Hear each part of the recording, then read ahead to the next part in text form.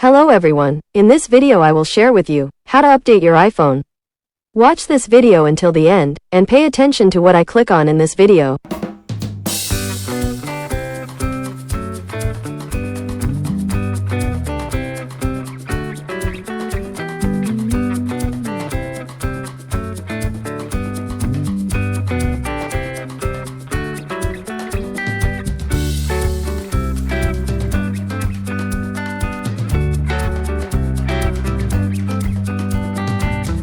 This process takes a little time. You can do other activities first, and after the process is complete, the iPhone has been successfully updated.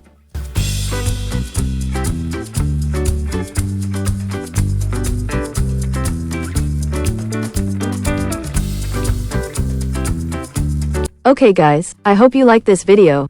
Don't forget to click subscribe and press the bell button so you get notifications of the latest videos from this channel.